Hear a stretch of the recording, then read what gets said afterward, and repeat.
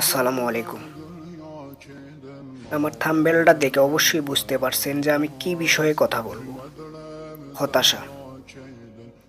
প্রত্যেকটা মানুষের জীবনেই হতাশা আছে, কারো ছোট আবার কারো বড়।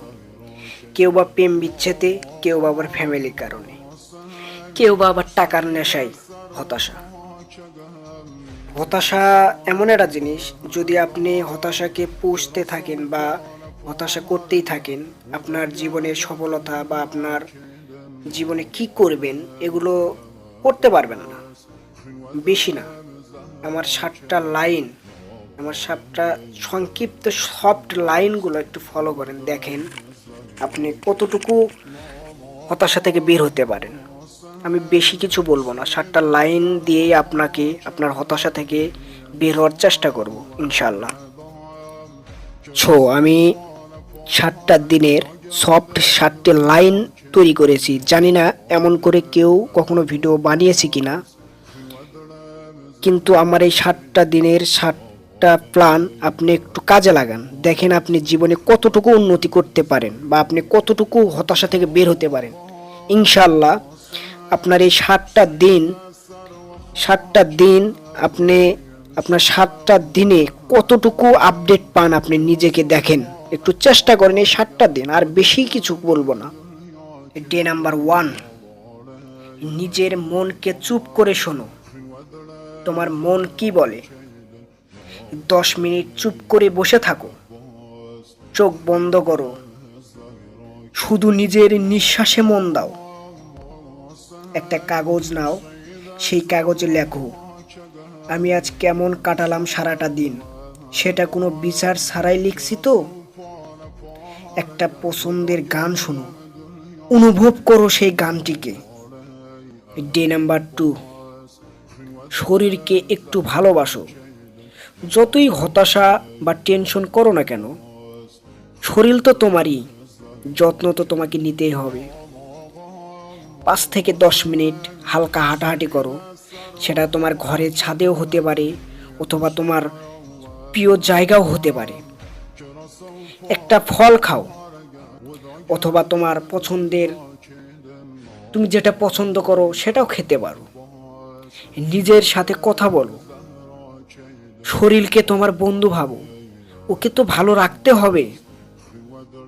ডে নাম্বার 3, ছেলে মানুষই মুহূর্ত খুঁজে বের করো। যে ছেলে মানুষটা তোমার ছোটবেলায় কেটেছে ওগুলোকে অনুভব করো। শৈশবের কোনো গান, কার্টুন বা স্মৃতির কথা মনে পড়ে কি না দেখো। যেগুলো মনে পড়ে, খাতায় ছোট্ট করে ডায়েরি আকারে লিখে ফেলো। তোমার ছোটবেলার স্বপ্নগুলো কী ছিল সেগুলোকে মনে করো আর একটু একটু করে কাজে লাগাতে থাকো। ডে নাম্বার 4, ভারমুক্ত হবার দিন। আসলে ভারমুক্ত জিনিসটা কি তুমি আসলেও এখনো বুঝতে পারো নাই। সেটা হচ্ছে তোমার ভেতরে লুকিয়ে থাকা কষ্ট, দুঃখ, কি ভুল করেছো সেগুলো জমিয়ে রেখেছো দিনের পর দিন। সেই জমিয়ে থাকা কষ্টগুলো বের করো, সেটা আমাকে বা তোমার নিজের ডায়েরিতে লেখো। কোনো কিছু লুকাবে না, যেগুলো ভুল, দোষ, গুণ সব কিছু লিখবে। একটা ধন্যবাদ দাও, সেটা আমাকে না, তোমাকেই। তোমার নিজের ধন্যবাদ তোমাকে দিয়ে সেলিব্রেশন করো। সন্ধ্যাবেলায় 5 মিনিট শুধু আকাশ বা গাছের দিকে তাকিয়ে থাকো। একটু একটু করে ভাবো যে কোনগুলো ভুল আর কোনগুলো সঠিক। এগুলো খাতায় বা তোমার ডায়েরিতে সুন্দরভাবে উপস্থাপন করার চেষ্টা করো। ডে নাম্বার 5, নিজেকে ক্ষমা করো। একটু ভাবো, আমি এই ভুলগুলো কেন করলাম, কি দোষ, কি জন্যই বা এই ভুলগুলো করলাম, আমি কি এর থেকে মুক্তি পাবো না? তারপর একটু করে ভাবো, কিন্তু আমি তো মানুষ, আমি শিখছি, আমি তো নিজেকে ক্ষমা করি। যখন তুমি নিজেকে ক্ষমা করা শুরু করবে, তুমি এক তুমি এমন এক অনুভূতি পাবে, সেই অনুভূতিটা অন্য কোথাও পাবে কিনা জানি না। রাতে ঘুমানোর আগে নিজেকে একটু জড়িয়ে ধরার ভঙ্গিতে কিছুক্ষণ বসে থাকো। প্রথমত হয়তো একটু কষ্ট হবে। ডে নাম্বার 6, ছোট্ট জয়ের দিন। তোমার ছোট ছোট কাজকে সম্পূর্ণ করা, যেমন বিছানা গোছানো, বই পড়া, তোমার পছন্দের গান শোনা, তোমার শরীরের যত্ন নেওয়া। শেষে নিজেকে বলো, দেখো আমিও পারি। এগুলোকে পজিটিভলি নিয়ে এগিয়ে যাও। কিছু পজিটিভ উক্তি পড়ো, শোনো এবং নিজেকে বোঝাও যে আমিও তো পারি, কেন আমি থেমেছিলাম। দেখো তোমার এই ছোট ছোট কাজকে ছোট ছোট জয় হিসেবে আগলিয়ে রাখো। দেখো তুমি কতটা অনুপ্রাণিত হও তোমার নিজের মধ্যে। ডে নাম্বার 7, শেষ লাইন, শেষ ডে। আশার প্রদীপ জ্বালাও।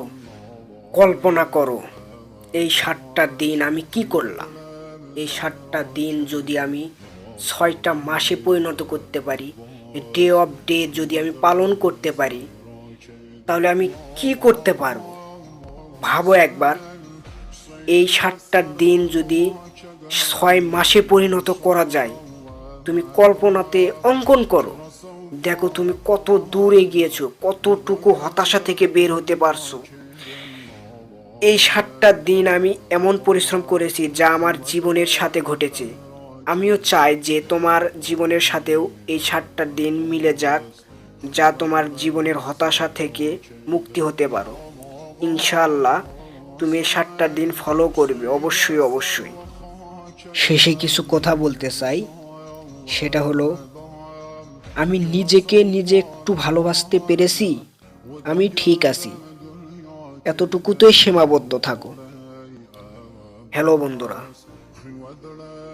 এইরকম ভিডিও বানাতে আমাদের অনেক পরিশ্রম, অনেক সময় দিতে হয়, যা আপনাদের অনুপ্রাণিত করতে সাহায্য করে।